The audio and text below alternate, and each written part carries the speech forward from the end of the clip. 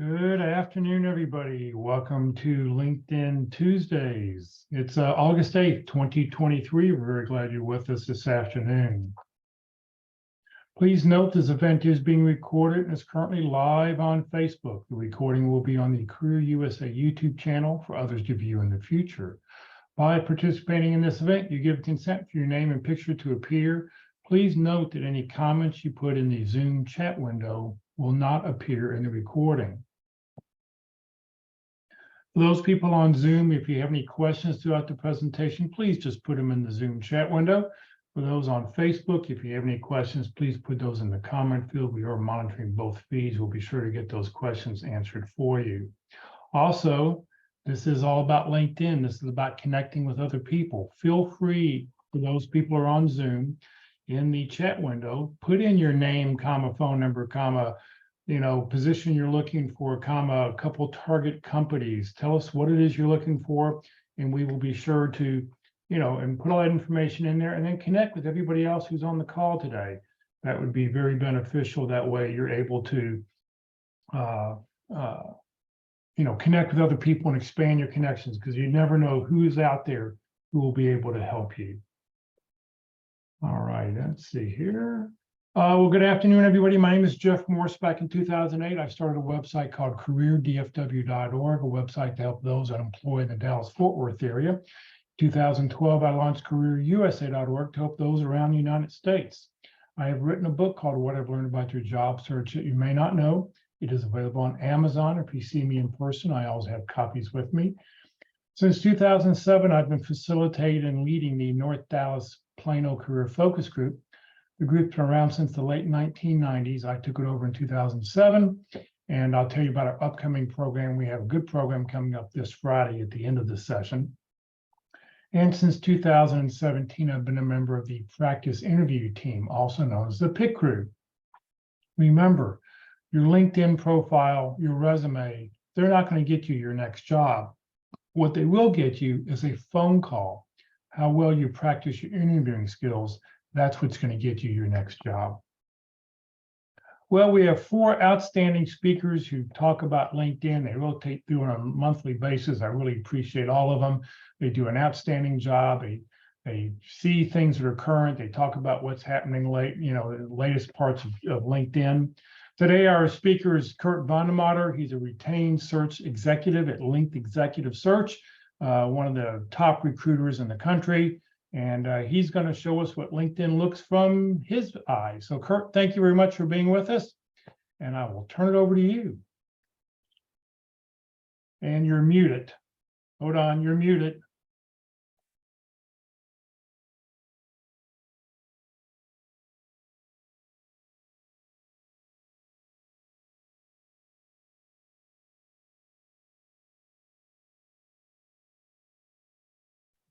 There we go. How's everybody doing today? Great. Okay. Jeff, good to see you face to face again here. For many of you that don't know Jeff, how tall do you think Jeff is? I'm only from here to here. That's all I know see. it. I know it. But, maybe some folks will throw a guess out there if they want to play along in this game. But anyway, 6 feet, 6 feet's close, but I think he's a little, he's tall and 5'5", but keep going. I don't know exactly how tall Jeff is, but anyway, that's not why we're here today. We're here to talk about LinkedIn, and let me shut my phone off here real quick. Put it on mute. Okay. And so I think, the best place to start, is just, I think, a couple of things. Number one, a little bit more about me and who I am, because I think that helps set the stage so that everybody that's in the audience and join our call today can ask questions based on my background. And so a little bit about me, and then a little bit about recruiters, and then we're going to dive in, as Jeff said, to LinkedIn Recruiter. Will go look at the actual product and give you a demonstration of what it looks like and what recruiters are looking at when they look at your profile. So first and foremost about me, and it's just a minute here, what gives me the confidence to talk to you all about what we're here to embark on today is the fact that I came out of corporate America not as a recruiter, but as a hiring manager for companies like Pepsi, Dr. Pepper, 7-Up, AT&T, and then technology companies. So I think I've got a pretty good grasp of the hiring process and what companies are looking for. And I have a tendency to look through the lens of search maybe a little bit differently than other recruiters do, because I'm always trying to keep my eye on the peripheral. There's always talent out there that may not be as well described on a resume or a LinkedIn profile. So I try to keep an open mind. So in the search industry, there's three kinds of recruiters. There's internal recruiters, and these internal recruiters are recruiters that work for companies.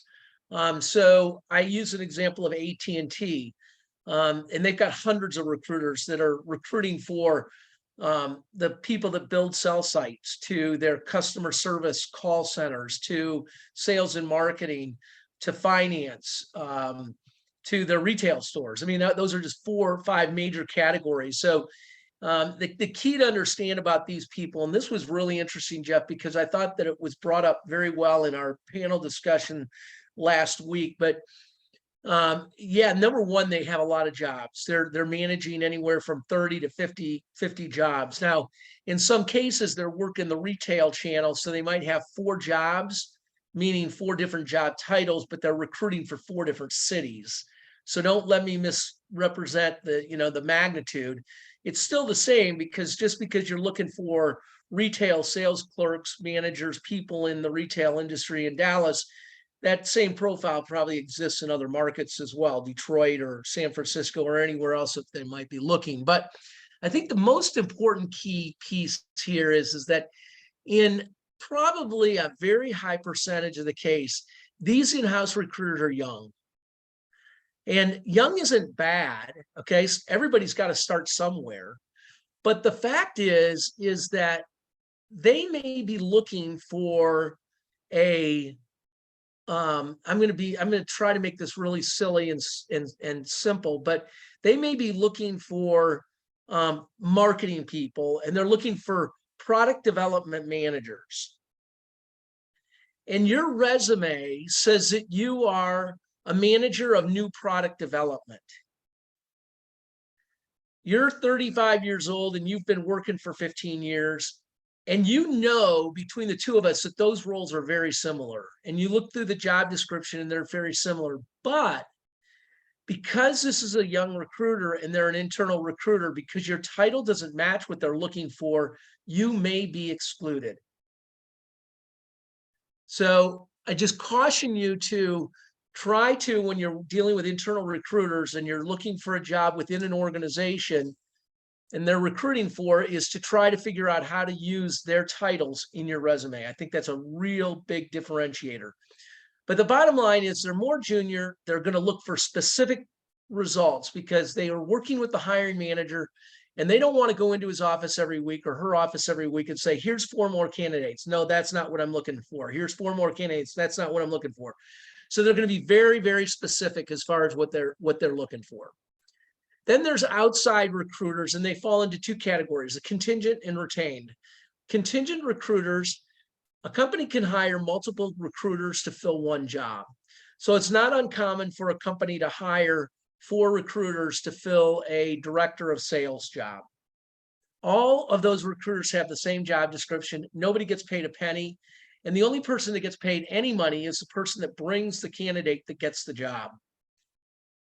Why is it important to know the difference between contingent and in-house recruiters?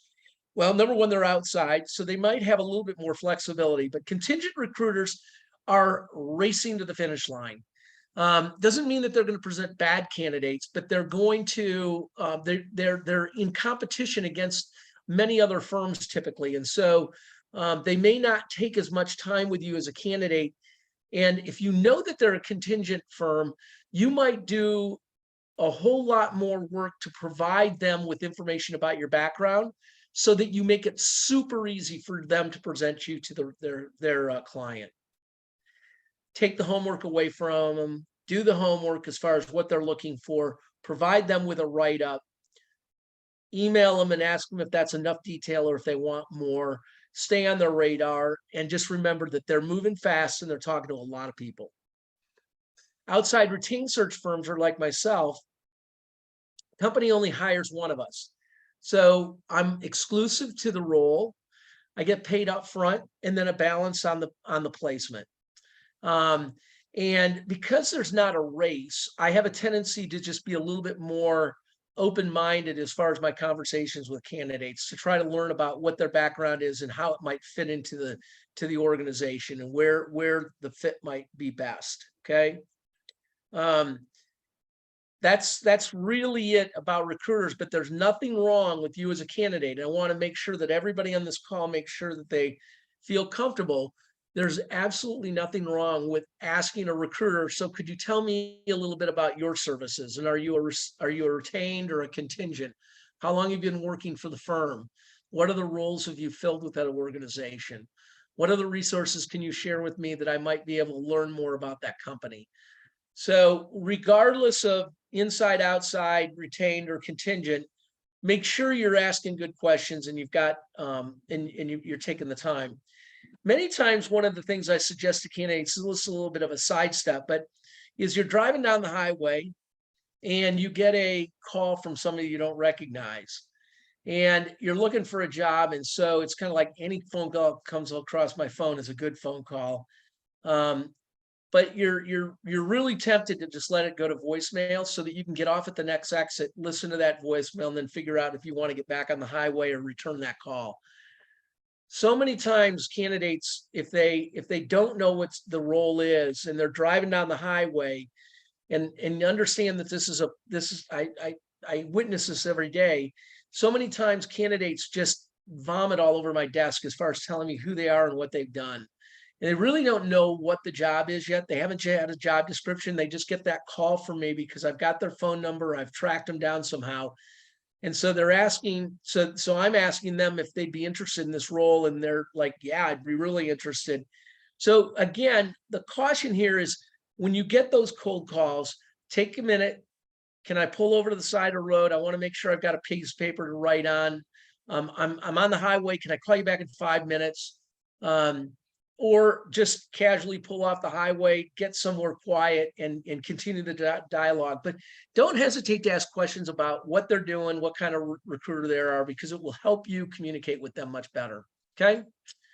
Jeff, any questions? Nothing. Oh, yeah. Doug says, how do you get contacts for retained search firms? Geography, level, company, etc. Yeah, good question. So you could probably use some of the AI tools that are out there. I wouldn't be surprised if you would go into Chat GPT and put in retained search firms in Dallas, and it would give you a list of those firms. You could do research just by Googling retained search firms in a geographic area. My caution to recruit or to candidates is that most recruiters, and I'm not suggesting all, but most recruiters aren't going to take a lot of time with you as a candidate unless you have dug exactly what that recruiter is looking for. If they're filling a job that's a fit for exactly what you've got in your experience and the things that the problems you've solved, they're likely to take the call. But if you are just a blind call in and you've heard about them or you're trying to build a relationship with them, I don't want you to be offended by those people that don't return your call. And it doesn't mean that they're bad people. It's just that we get paid by companies. We don't get paid by candidates. And so there's a lot of recruiters that take that time that would say, I'd rather sit and read a book for 30 minutes than talk to an unemployed candidate that I don't have a job for. As you can tell, I'm a little bit different than that. And I take these calls on a regular basis because I think it's my way of being able to pay it forward. That's my, confession, being able to help people that need help. So keep asking those questions, Doug. I hope that's, maybe what you're looking for. Kind of. So, I mean, let's just say that you represent Pepsi. Would I go out to Pepsi and I would look on their career sites and they would refer me to you? No. Or how do I know what companies you represent or what jobs you're even, so I can do that connection to know you are the right retained person? Great question, Doug. We're not out there. All the work the retained search executives do for the most part is confidential. we don't post and pray. So I don't put a list out there every week that says, these are the companies that I'm recruiting for, or, sometimes I'll put the jobs out there, but I never put the name of the company. Because that's my own proprietary information. Number one, I don't want my competitors knowing that I'm working for those brands. And, I don't want people to think that just because they've got a background in XYZ, that because I'm working for Pepsi, they'd be a great fit. I'll find you when I need you. Okay, so I'm going to ask Jeff to share the screen. But before we go do that, Jeff, I just want to say one other thing, and that is that for the rest of the time we're together, which is about another 45 minutes here, 38 minutes, 42 minutes, whatever. This is all about you. I've got a job, but if I can help you in any way, I want you to ask the question. This is a great time for you to ask those questions that you've always wanted to ask a recruiter. And there's no subject that's off limit. I've seen them all. I've answered them all. And I'm happy to have a conversation with anybody that has something that they want to chat about. Okay. So do I share my screen? Is that right? Yes, you'll hit share screen and then Yep. pick the one you want to share. Yeah, that's where we're going. Let's see if I might just have to go. Let's see. That's not where I want to go, but we're going to go to LinkedIn eventually. Okay. Is everybody following me? Can you see my screen now? We can see it. Okay. So I think one of the things that Jeff and I learned last week, I did a live demo for a group up in Frisco. And Jeff, that was the largest attended meeting they've ever had. That was the biggest since COVID, yes. Wow. Well, I'm not suggesting it was because of me or anything else, but I'm so glad that so many people came out. And if you don't know about the Frisco networking group that Jeff and I are talking about, certainly reach into Jeff. He's got access to every networking group in the DFW area and beyond. And so just a great resource for anybody on this call. If you're not taking, if you're not listening to what Jeff's got and the recordings that he's made and the contacts that he's got, you're missing an opportunity. So let's look at this, a big screen. You can see a lot of stuff here. Okay. So LinkedIn Recruiter was developed by a company, Korn Ferry. They actually went to LinkedIn and said, every night when we turn out the lights, our database is outdated because we outreach candidates. Candidates don't have access to our database. And so they went into a partnership and they started to develop a product that would be that would give recruiters access to the LinkedIn network. And so as a recruiter, I pay for this product. I have 2 licenses. And I have access to 100% of the network. So there is nowhere in LinkedIn that I can't potentially navigate or get to unless you as a candidate says that you do not want to have dialogue with a recruiter or me specifically. And so what they did is when Korn Ferry designed this product, what they did is they built a separate set of APIs that's up on top of LinkedIn. So LinkedIn is the foundation, and that's where the database, that's where the candidates reside. And then they build a separate set of APIs and on top of LinkedIn. And so when I'm in Recruiter and I'm using this product, if I go look at Doug's or Jim Dawson's profile, if Jim goes back into LinkedIn an hour later, he will not see that I was in his profile. He will not see anywhere that I show up. And the reason is because we as recruiters look at a lot of candidates. I'm conducting a search for a vice president of sales for a company that's in the data center business, and they're in the cooling business. So I'm looking for somebody that comes out of Veritex, somebody that comes out of cooling, somebody that comes out of data center, has sold large equipment to data centers, knows that space, and specifically knows the cooling elements of it. So just this morning for 3 hours, I was on LinkedIn and I probably looked at 150 profiles. And when I'm looking through these profiles, as you'll see here today, I can do it very quickly because I know exactly what I'm looking for, keywords, so forth and so on. And so what I'm hoping that we can do today as we go through this is hopefully bring some ideas to your attention that will help you go back and improve your profile so that when recruiters get to your LinkedIn profile, they stay longer or they want to engage with you. And they do so because we've helped you build a little bit better of a profile. How we doing, Jeff? Doing great. Jeff's my wingman. If you hear me going back and forth to Jeff, it's because one, he's keeping an eye on the chat in case anybody's got a question, because I don't do multitasking very well. And he's seen this presentation a number of times. And so we make sure that we don't leave anything out. The interesting thing is there's a lot of things that change in LinkedIn every day. And Jeff witnessed me going through LinkedIn last week, and I was like, oh my gosh, I've not seen that screen before. Whoa, where'd that screen come from? So even though I'm on it every day, things still change, just remarkably change. So, what do we want to look for today, Jeff? How about a product design manager in the Detroit area? Okay, I like that. Product design manager. I was thinking So the about very this thing the we're- last couple days. What can what odd position can we look for? Right. So product design, and you can see as I start to type, design engineer, it might be, right? It might be a senior product designer. It might be a senior, user, product owner, senior user interface designer, maybe. Let's go back to this product design and see. Product design, that's good. Let's stick with that. That's a pretty good start. And then the market that we're going to look at is Detroit. Okay, so you can see where I can type in a lot of different things. I'm going to use Detroit metropolitan area.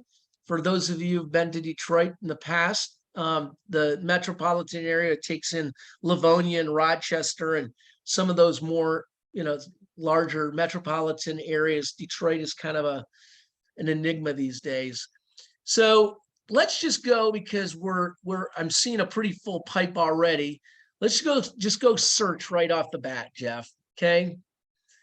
So this is one of the things that LinkedIn has modified recently, and that is that these spotlights at the top where you see open to work and active talent, these used to be over here on the left, and I could self-select and ask to only talk to candidates that were open to work or were in active talent. Now, let me tell you what these two are, because we learned last week. First, back up a second. If you see a cousin or a friend or somebody that you know, this is confidential. Please don't go share with them that I talked about them. But this is new. So open to work is one of those areas that you're going to see revealed in a number of different ways. You've got Kevin at the top. He's open to work, because I think I'm in that segment. I'm going to make sure I am. Kevin's open to work. He has decided not to put a green wreath around his head, but Max has. And what's the difference? And this is a big question that a lot of people are going to ask. And what is the difference, and why would you do one or the other? Well, I had a candidate tell me today in a conversation, a coaching session, probably in the best way that a candidate's ever described it. And I said, so let's talk about LinkedIn. I'm not on your LinkedIn profile, but have you told recruiters that you're open to new opportunities? He said, yeah, for the first 90 days, I told the recruiters that I was open to new opportunities, but I was a little bit too self-serving to put that green ribbon around my head. And last week I put the ribbon around my head and I got 24 phone calls. What does that tell you, guys and gals? Put the ribbon around your head. It tells everybody in your network that you're actively looking, whether they're a recruiter or they're a friend or anybody else on LinkedIn. You want everybody to know right now that you are actively looking for a new job, because you are an active candidate, and you can't afford to waste a second. So put the ring around the wreath or whatever you want to call it, put the green shadow there that tells everybody in your network that you are open to new opportunities. Okay. Anybody got any questions about that? Jump in and ask Jeff, because it's a really important subject and I want to make sure that everybody feels comfortable. The only time you wouldn't do that is if you are a passive candidate and you are not actively looking, but you're considering new opportunities. You work for AT&T, you've got a big job, you put that green wreath around your head, now you're telling everybody, even people you work with, people that call on you, everybody that goes to your LinkedIn profile, that you are an active candidate. And that's probably not what you want to do, okay? So go over to active talent. I think this is brilliant. There used to be this thing in LinkedIn when you went in and changed your profile, that it sent a note to everybody in your network that said that that Doug just updated his LinkedIn profile. Well, LinkedIn doesn't do that anymore. But what they do is they now are giving me this category that's called active talent. And these are people that have recently gone in and updated their LinkedIn profile. Okay. They've done something to their profile within the last 30 days to let me know that there's a really good chance that they are either an active or a passively active candidate. Okay. Any questions about that? The difference between open to work and active talent? There's Jim asked a question. Is there a downside to having the wreath around your profile for more than 6 months? We learned last week from Ruth Lipsky, and she said that you need to remove it for a day and put it back on at least every 90 days. If you've had it on for more than 90 days, LinkedIn may not consider you open to work anymore, because they may consider that you put it on, you got a job and you forgot to take it off, or you didn't update your profile. So if you're not showing any activity, that's what's going to hurt you. Got it. Well, that's really good advice in a number of different ways. I remember back, and some of you that are that have gray hair might remember the stories as well. When somebody brought up two brands that I haven't heard of forever, Monster and Career Builder. Are those two brands around still? I think they are. I guess so. But it used to be that every Friday I would go into Monster and Career Builder, and I would, one week it would be Kurt VandeMotter, and the next week it would be Kurt C. VandeMotter. And every week I would just change it up in each of those systems.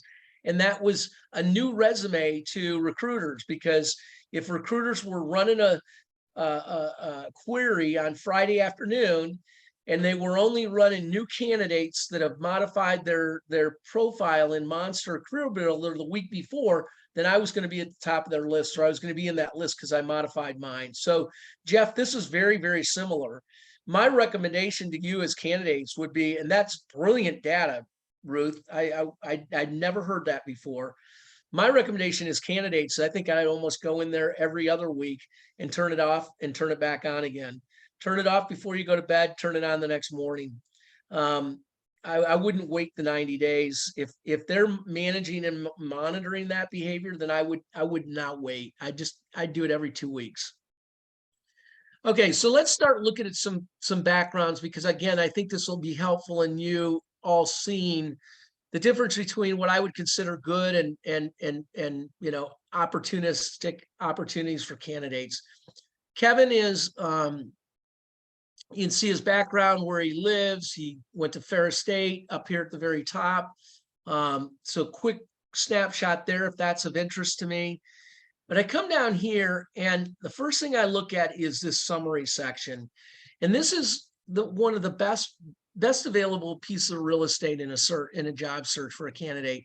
You get like 2,500, 2,200 characters in this area. And I highly recommend that you use it to put in keywords and to fill this out to describe who you are. As a recruiter, you're going to see that I haven't put any keywords in yet, but I will after we look at a couple more resumes here. or a couple more profiles. But the bottom line is that this space is just critical for an executive or anybody conducting a search to be able to tell their audience who they are, what they do. The use of keywords is critical in a job search. So many times I recommend to candidates that they make a list of 100 keywords. Or what are the keywords that describe your background? Keep that in the back of a notebook, and every month or every week go in and update your LinkedIn profile and make sure that those keywords are scattered throughout your LinkedIn profile. Some places that you might find those keywords in addition to your own resume and things that you know about yourself, you may start to find them in job descriptions. A friend of mine's an avid reader, and he started a couple of years ago writing down every word that he comes across that he doesn't know, and he looks it up in the dictionary so that he can increase his vocabulary. Well, same thing for an active candidate. If you see words that are in job descriptions of words of things that you've done and that you can do, then I want to make sure that you take those and put them into your LinkedIn profile, because they're really important to job seekers. The other thing that I highly recommend that this candidate do is he's indicated that he's active or he's open to new opportunities, but he hasn't given us his phone number and his email address in his summary section. And I highly recommend to candidates that they give recruiters that information. And here's why. Not just because it makes it easier for me and that my day goes faster. The real reason is because this number's gonna blow you away. Only about 8% of candidates reply to messages in mail messages. Okay. So I told you all that this morning I spent about 3 hours. I sent out about 45 messages.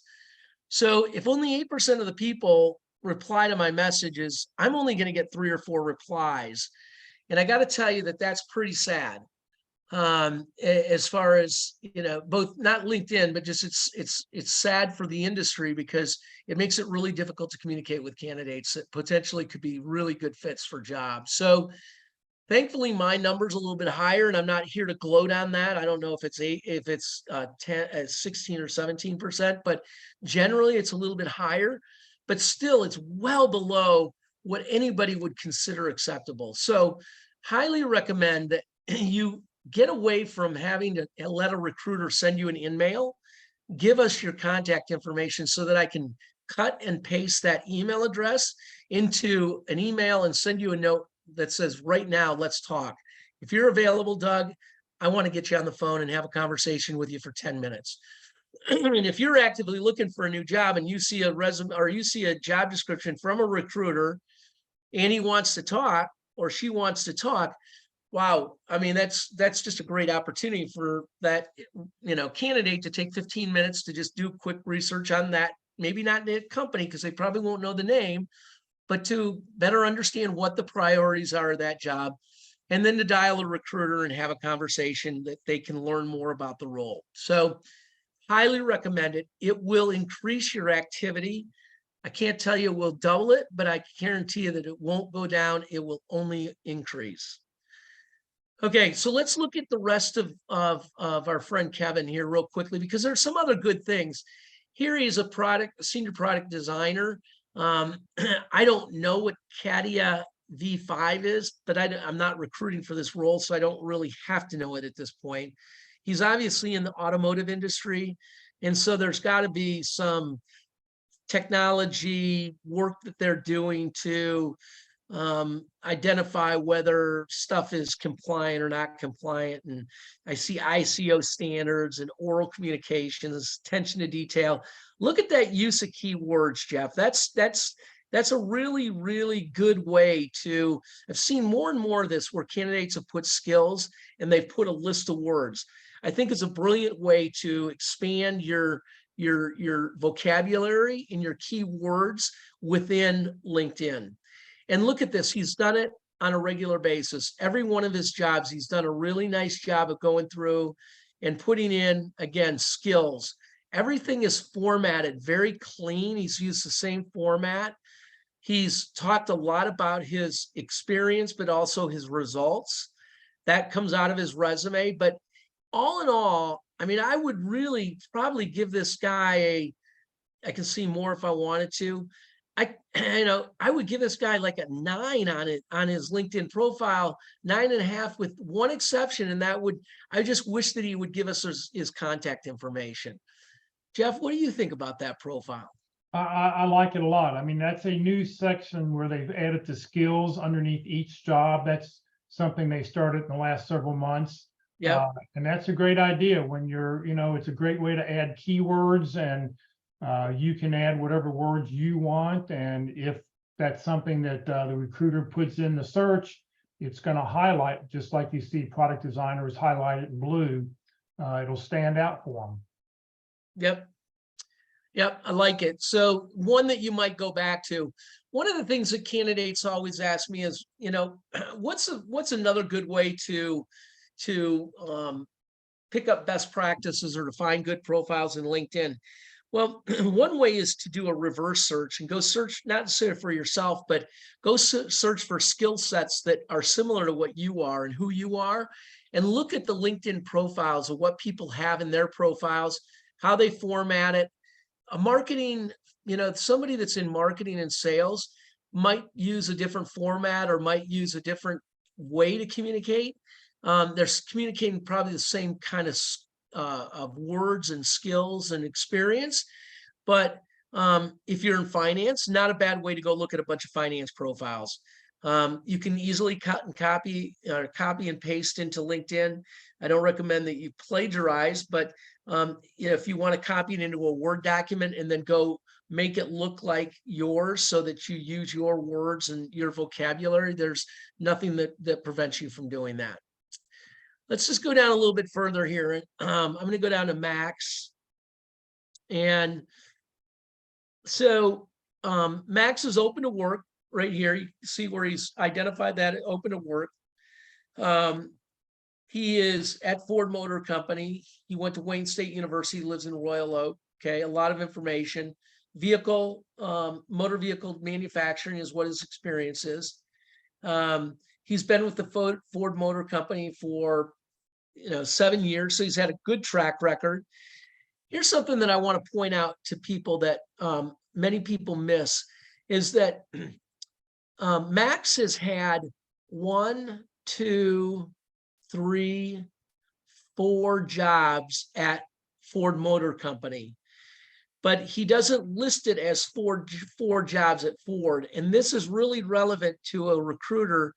As I go look at this background and this profile, that I can see very quickly that Max is not a job jumper. He's actually somebody that if I was looking for a product design guy or gal in the automotive space, I probably would want to have a conversation with this person, because he sticks around. He doesn't jump around. He stayed at his jobs for quite a long time. So he's a loyal employee.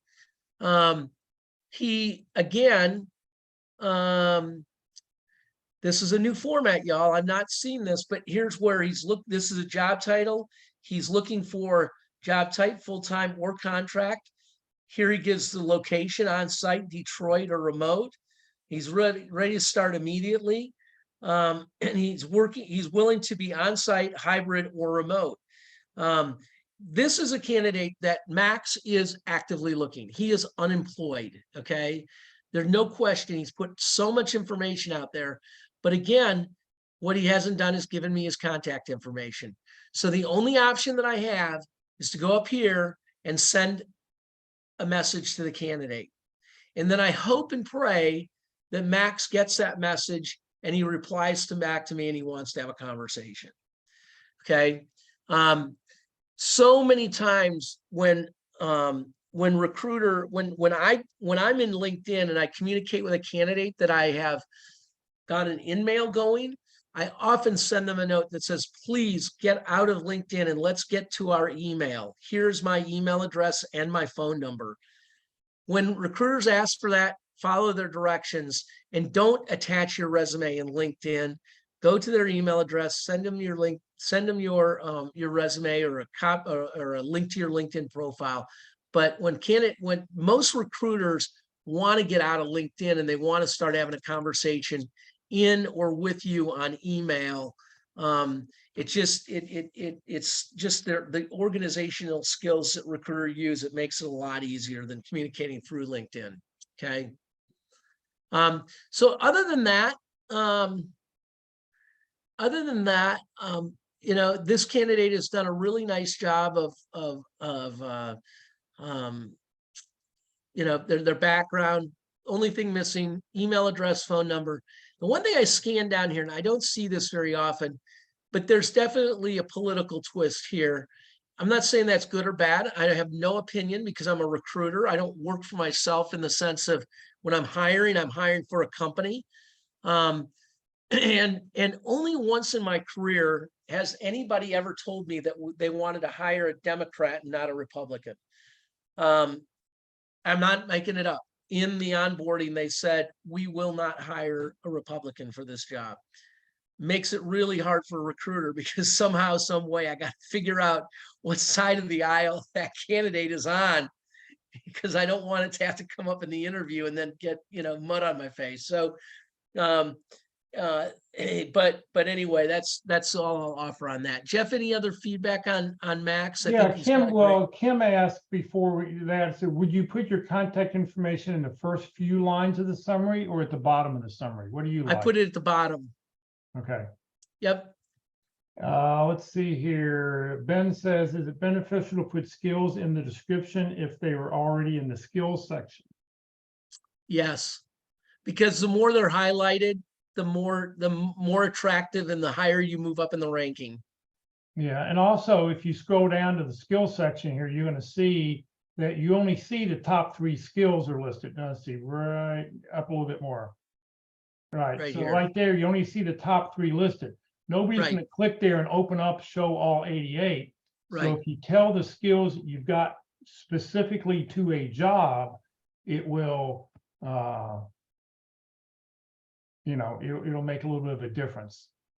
Also, I find this very interesting. It says that there's 88 skills listed. My understanding was you can only do up to 50, but maybe because it's collecting all the skills that the person did for each job and Yeah. coming it up. Once again, a new function that, you know, LinkedIn doesn't put a note out every week. Hey, here's what's new. You have to sort of figure that kind of stuff out. Yep. Let's see, Doug says, how do you not sound desperate? What are the key words or actions that turn off recruiters? Oh, you know, I think it's more of the verbal communication than the nonverbal. You know, one of the things I recommend to candidates that if they are if they've been let go from a company, I can remember a friend of mine I talked to, she had been with a consulting organization for her whole career, right out of SMU. For probably 33 years, she had worked for one of the big consulting firms. And she got downsized, and I met with her at Starbucks, and she was in tears. I mean, she was mad, she was in tears, she was angry, she was scared, she didn't know where to go, she wasn't sleeping, anxiety times 10. And I said to her, I said, you've got to take a month off. I'm sorry, but you just have to take a month off. You've got to go on a walk every day, start reading books. Don't think about the job. Your kids are through school. You've already said you've got plenty of money. You're only working because you want to work and you still have enough years in your career. But the fact is we need to get rid of that anxiety and we need to get rid of that anger before she started to have conversations with people. So if you feel like you've got a taint to your voice that's a little bit negative, find a way to get rid of that. Make sure you read it with a very open mind and make sure that if there is any negativity in your profile, that you try to find the positive ways to communicate that. But I think that what happens more frequently than any time else is it's when a candidate gets on the phone with me. And I've said this before, and I don't mean to be sarcastic, but it's almost like a lot of times candidates, they walk into a confessional with a recruiter and they just tell us everything. And there's just no reason to do that. I mean, certainly there's sometimes that you need to tell the story of what happened and what, why you're where you're at. But in more cases than none, in more cases than none, it's probably best for you to stick to the stories that are going to further enhance your ability to get that interview or to get that job. So I think that's a good question, but there's not any real words that recruiters are that to follow up that we shy away from, because I would never, I would never search for the words that I don't want. I'm always searching for the words of the people that what I do want. Does that make sense? Right. Chris, and I'll answer this question for you. How should you handle a situation when you get an email from recruiters, you reply, you provide your contact information, and then you never hear back from them? Send them another All note. that you can do. Yeah, send them another note. Go look them up on LinkedIn. Find a phone number for them. Call them. I mean, if we're only human, and there's times. I mean, I'll give you an example, and it's a real example. And so, again, I'm only human. I took 4 days off, not last week, but the week before last, and I took my family away. And I brought my computer, but I didn't turn it on. I barely looked at my cell phone, and I came back, and I'm working on 2 pretty active searches. And I came back, and I was I was drinking from the fire hose. I was juggling resumes and names, and where does this person fit? What job did I talk to this person about? This job? Where am I at? And some of it you might just say it's my own mental stability or my own mental awareness, but the bottom line is that I make mistakes occasionally, just like everybody else does. And so, if a recruiter has sent you a note and they've asked for your resume or they've asked to engage a conversation, I'd go back and I would find a way to find that phone number of that recruiter. I'd literally call them and just say, hey, you and I had a brief conversation on LinkedIn, and I just don't want the water to slip between the dam and the lake before you and I have a conversation. Is there anything I can help you with? I wouldn't let that go by for a second. All right. Siri says, or Sherry says, does putting O&O in the summary show up in LinkedIn searches to help recruiters? People put the # O&O for open to new opportunity. I think I No. heard at the panel last week that recruiters don't even look at that. Nope. Because I'm looking for these candidates that have already identified it themselves. And so I don't use that. No. Right.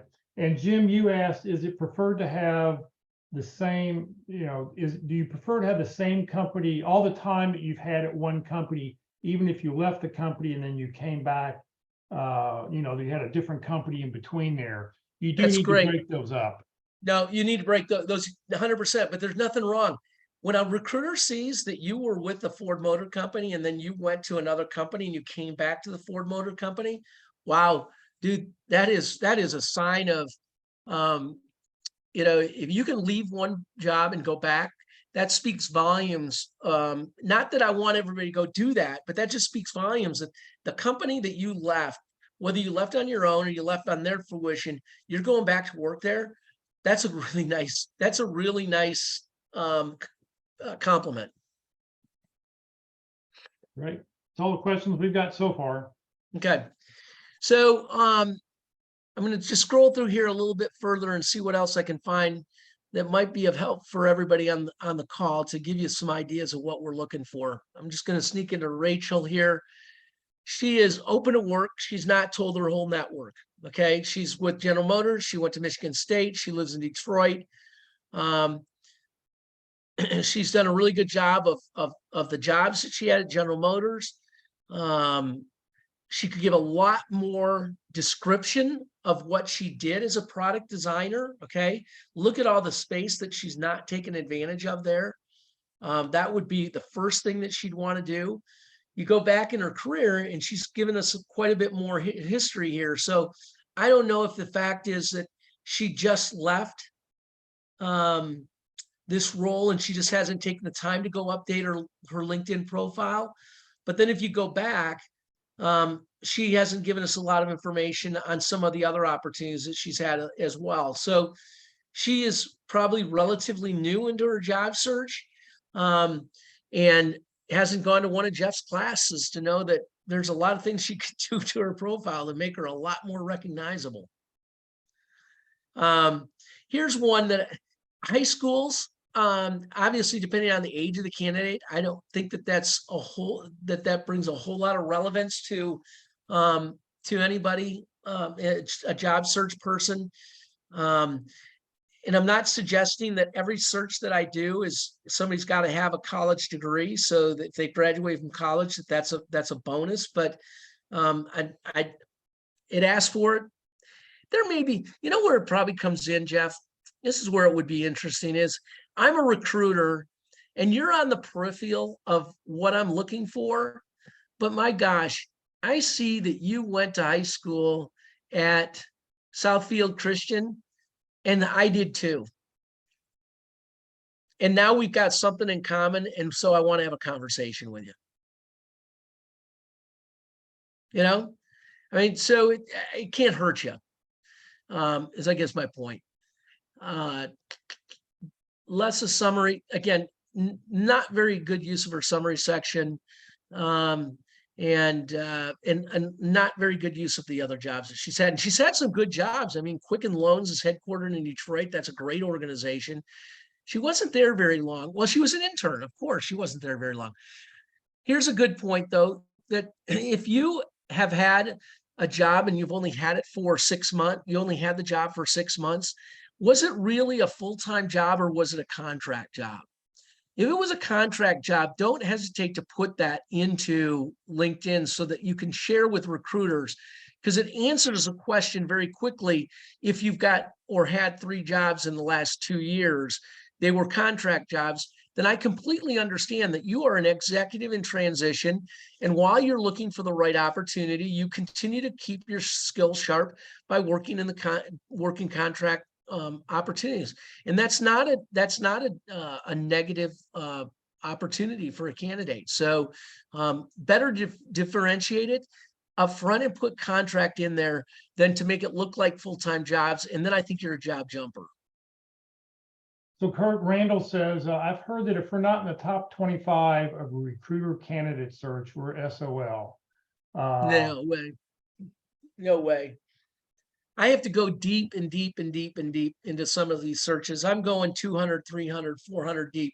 I will tell you that as I get deeper into the network in some of these searches that I conduct, as I start to get into the second 100, the relevance and the experience is not as spot on as it was with the first 100 or 200.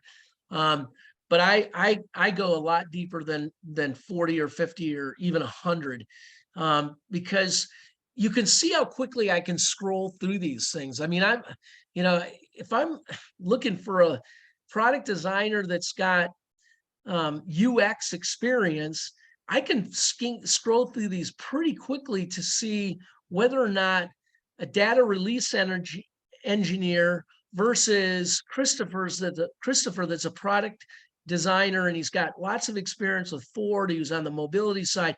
You can see that I can move through these pretty quickly. And if I want to save them to a project, I just go boom, hit the save project, boom.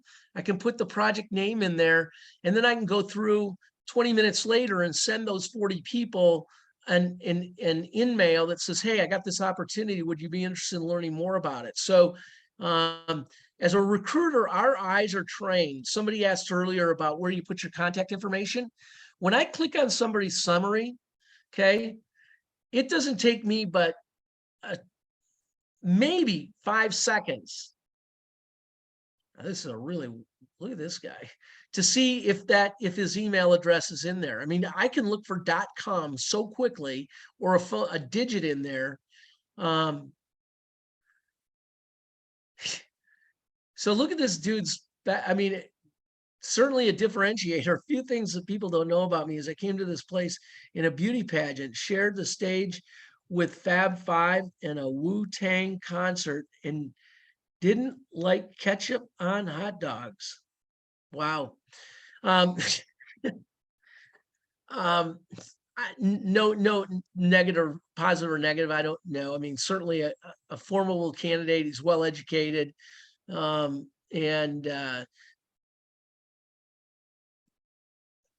wonder who my connections are. I always like to see if it's somebody that I really do know.